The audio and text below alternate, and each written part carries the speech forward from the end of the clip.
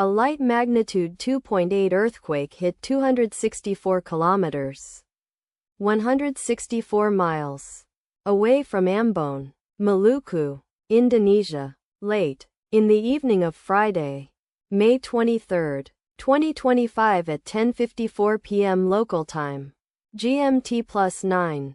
The depth of the quake could not be determined, but is assumed to be shallow. The quake was not felt, or at least not reported so. First to report, BMKG after 9 minutes. The earthquake occurred 20 hours after a magnitude 3.5 earthquake had hit on Friday, May 23, 2025, at 2:26 a.m. local time. Asia, Jayapura GMT+9. In 45 kilometers, 28 miles, distance to the northwest. Data source from Volcano Discovery. Did you feel it? Let us pray. May God protect everyone. Amen.